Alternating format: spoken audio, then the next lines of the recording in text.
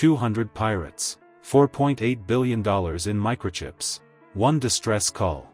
You clicked for that fight, this is it. In the next minutes, you'll see how a P-8A Poseidon found the threat, how USS Archer turned that data into LRASM impacts, and how a Virginia-class sub slammed the back door shut. Infamous past is coming back. Somali pirates are returning to the sea, armed and determined. This is their latest attack from northeastern Somalia. Somali pirates became a threat to global trade and a money-making machine from the millions asked in ransoms to release ships and their crew, and an international task force, including NATO, a group of 20 armed men in a small fishing boat, chased a large cargo ship. The group swiftly board the vessel and take control of the Bangladeshi-owned MV Abdullah. We'll map the sensor-to-shooter loop that saved a cargo ship, and possibly months of global electronics production. Want to know why $100 million in missiles was the cheap option? Stay with me. Before we move on, I'd like to ask you a small favor.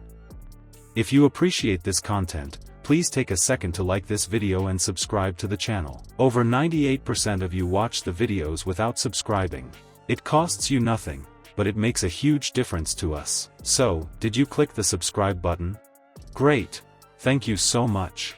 Now, back to the video. We continue to detail the latest on another kinetic strike of a potential suspected narco-terrorist there in the Caribbean and narco-terrorists in the Southcom area of responsibility. I want to play some of this video out as I read the remainder of the statement here on Live Now from Fox, from the President of the United States talking about this, saying this morning, on my orders, the U.S. military forces conducted a second kinetic strike against positively identified extraordinarily violent drug trafficking cartel. What turns a single distress call into a firing solution in minutes, and makes missiles the cheapest move on the board? Start with what's riding on that call. 4.8 billion in microchips on one hull. That's phones in pockets, cars on dealer lots, defense lines waiting on tiny parts. Scarcity flips the rules. When the cargo's value dwarfs the fleet around it, you protect the cargo, not the fight. You don't buy time with heroics. You buy certainty with speed. But the threat isn't a ship-to-ship duel. It's 28 fast boats and 2 mother ships, spread wide, armed with rockets and heavy guns, closing from offset angles. A knife swarm in blue water. Classic screening would build a picket, check sectors, and hope to channel. That's slow. That's narrow. You lose the initiative as tracks multiply and merge. By the time guns find the lead boats, the tail has already cut in.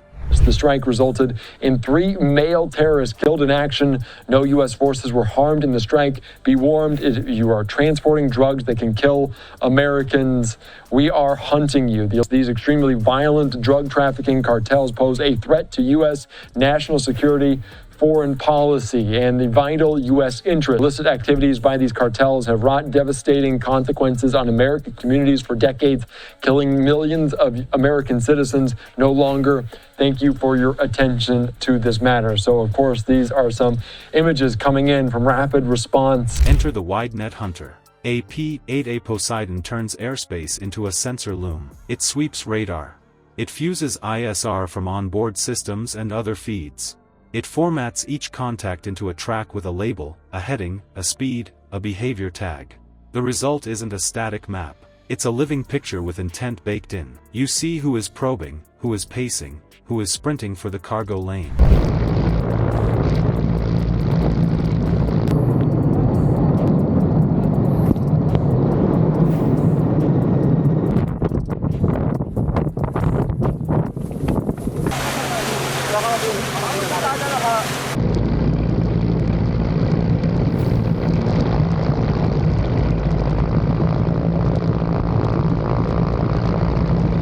Now the handoff. The Poseidon pushes track files through the links into the destroyer's combat system. Think of it as pipes that carry intent, not just blips. Each pipe moves target identity, course, velocity, and confidence. On the other end, the Aegis brain and SSDS pull it in and render a firing quality picture without starting from scratch. That shaves minutes. Minutes keep hulls alive. On the destroyer, the decision cell lights up. Ops, weapons, legal, the captain, one tight loop. They work the rules of engagement, target geometry, and collateral risk. They ask the hard question, does gun range equal control here? Against a dispersed swarm at standoff, guns bleed time. You might punch through a few boats, but the rest keep closing. Every minute they hold speed, the cargo's risk spikes. So the team shifts thinking. Don't chase the blades. Break the brain and the fuel. LRASM becomes the play. Long reach. Smart seeker. Sea skimming profile. Built to survive to the target and sort the mess on arrival. It's a heavy hammer, but timing makes it surgical. Hit the mother ships and the command nodes first, and the swarm loses coordination, resupply, and nerve. Meanwhile, underwater moves shape the board. A Virginia-class submarine slides into the exit lanes. No lights, no broadcast, just presence. That silent pressure forces choices. If the flotilla runs, it bunches into predictability. If it scatters, it breaks mutual cover. Either way, containment turns chaos into targets with edges you can grab. Surface fires need that edge. Back on the net, tracks harden. The Poseidon's picture stays coherent. The destroyer's system assigns weapons and windows. Launch comes clean. LRASMs lift, drop to the deck of the sea, and ride low. The seekers look for the right signatures, the right shapes, the right behavior. They're not chasing wakes, they're hunting the nodes that make the swarm lethal. Then, impact. Command nodes go dark. Fuel-laden craft flash. The swarm freezes, then frays. 17 boats burn down. 9 more go dead in the water. The cargo ship takes minor scrapes and keeps steerage. That outcome flows from one principle: the sensor picture never broke. From distress call to trigger pull, the loop stayed clean, and the missile choice stayed cheap by comparison to the cargo's value and the ripple through supply chains. This is the story of a price tag that scares people until you weigh it against a month of empty assembly lines. The math is cold, but you live by it at sea. A fast, clean loop lets you spend big once to avoid bleeding small forever. And now that the surface fight is turned, you face the source that fed it: shore eyes, radios, fuel, the quiet money lines that make a swarm possible without tripping a wider war. One hull can carry months of output. The cheapest action can be the priciest weapon, if your loop is clean and fast. That fight exposed a deeper game. A proxy push for sea lanes, with non-state actors wired to foreign suppliers and mid-tier missiles in pirate hands.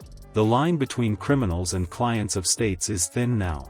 The next raid won't just sprint in skiffs, it will arrive with shore radars, longer sticks, and lawyers. If this breakdown sharpened how you see modern sea power, subscribe and tell me, would you fire high-end missiles on pirate swarms or hold for guns? Comment your choice below. The ocean will test the loop again. We'll decode it.